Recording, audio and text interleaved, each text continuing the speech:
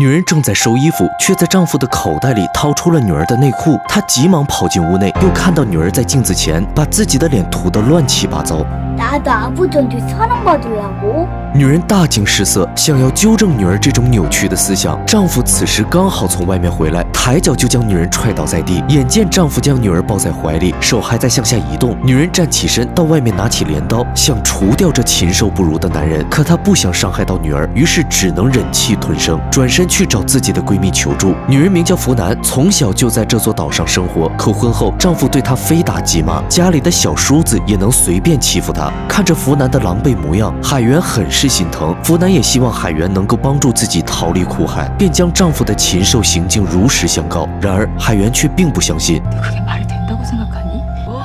너 또 서울 가고 싶어서 그러는 것 같은데. 突如其来的指责让福南分外委屈，殊不知隔墙有耳。第二天，海源找到独自玩耍的女孩，想从孩子的口中套出一些真相。看到女孩提到父亲时那种羞涩的神情，海源意识到福南没有骗他。突然，两个老太打断了对话。昨晚偷听的女人找来女孩的奶奶，强行带走了女孩，并顺便警告了想要多管闲事的海源。 법이란 말이요.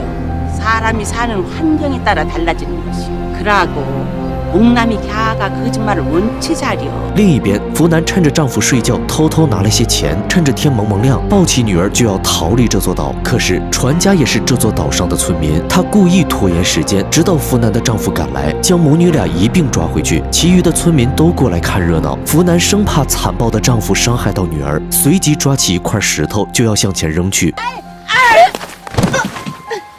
丈夫看福南竟敢反抗，怒上心头，当众就动起了手。女儿跑回来保护母亲，她一口咬住父亲大腿，反被甩在一块大石头上，当场就没了呼吸。女儿的死成了压垮福南最后的稻草，他嚎啕大哭，整个人丢了魂一样，只会拿着女儿的照片喃喃自语，连一旁警察的问话都不回答。其余村民串通好，口径一致编造谎言，把过错都推到福南的身上。这时，海源突然出现，福南满怀期待地看着海源，希望他能站在自己这边。可海源只说自己什么都没看到，就迅速逃离了现场。逃过一劫的村民们为警察送去土特产做礼物，福南丈夫更是包了个大红包。众人催促警察离开，而原本要搭顺风船的海源却因为一点小插曲耽误了时间。村民也不希望他和警察独处，借口福南此时需要陪伴，让他被迫多留几日。而就是因为这几日，海源的生活从此天翻地覆。男人捞起锅中的草药，挤出汤汁，混在食物中给女人送去。等女人吃光食物，他再偷偷潜入女人的房中，确认人已经昏迷不醒。他滴着口水，笑容猥琐地脱掉女人的贴身衣裤，然后一头钻了进去。听到声音的福南手持烧火棍前来阻止男人龌龊的罪行。男人见状，只是冷冷一笑，识相地离开。福南蹲在一旁，呆呆地看着昏迷的海源，思绪不由得回到15年前。那时两人整日黏在一起，海源还会教福南吹竖笛。同村的男孩们前来找茬，福南便挺身而出，为保护海源和男孩们打在一起。可那时海源也和几天前一样，选择了袖手旁观。福南把女儿的坟墓建在了自家院子里，家里人也不敢多说什么。这天，全村的男人们都出海打鱼，只留了妇女们在地里干着农活。福南埋头苦干，似乎这样就能让他忽略失去女儿的痛苦。可老太们见他这个样子，却开始冷嘲热讽。等婆婆离开，其他的老太们甚至开始载歌载舞。福南终于直起身，抬头直面灼热的阳光。此刻，他仿佛得到了感召，决心要为女儿为自己多年悲惨的命运做出抗争。于是他抄起镰刀，干净利落地收割了这帮老韭菜。回来的婆婆撞见这一幕，吓得手上东西散落一地。福南被声音吸引，起身追过去。婆婆一路跑到悬崖边，挥舞着镰刀不让福南靠近。结果一个用力，镰刀头原地出走，眼见防身的武器都没了，婆婆还在嘴硬。 그래서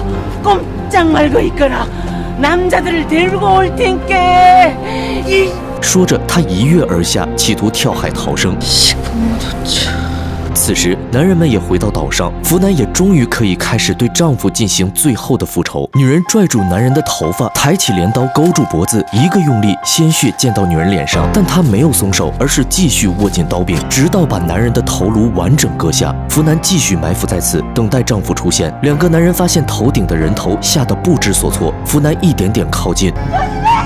两个男人瞬间回过神，福南立即冲上前，挥舞着镰刀砍伤了村民。她还想继续攻击丈夫，但力量的悬殊差距还是让她落了下风。海源看着这一幕也有些慌张，她跟着福南的丈夫把福南带回家。面对闺蜜的困境，她一次次冷眼旁观，这次也不例外。眼见男人打算杀了福南，海源这才挺身而出，却被一巴掌掀翻。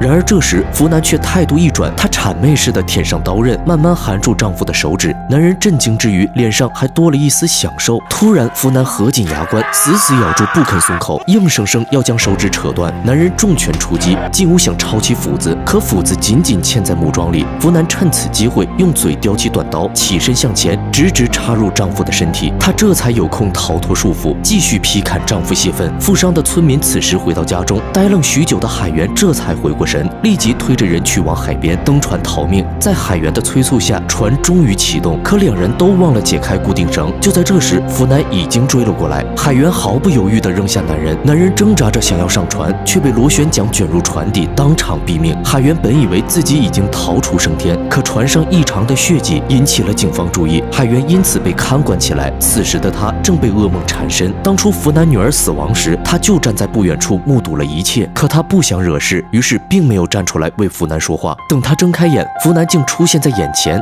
福南一袭白裙，如同鬼魅一般追魂索命。海源向警察求助，却发现对方已经重伤不醒，福南的大锤已经袭来，海源无处可逃，只能将自己锁入牢房。去摸钥匙的福南看见自己带来的竖笛，这曾是两人友情的证明。他把竖笛递过去，让海源再吹奏一曲。他正要打开牢房门，枪声响起，警察在这时醒了过来。面对这个包庇村民的昏庸警察，福南也不手软，忍痛抡起大锤送他归西。他最后挣扎着进入牢房，想要了结海源的性命。京剧中，海源一把掰断竖笛，向前刺入福南的身体，福南倒在地上，一点点挪动爬行，最后他还是选择在海源的身边永远沉睡过去。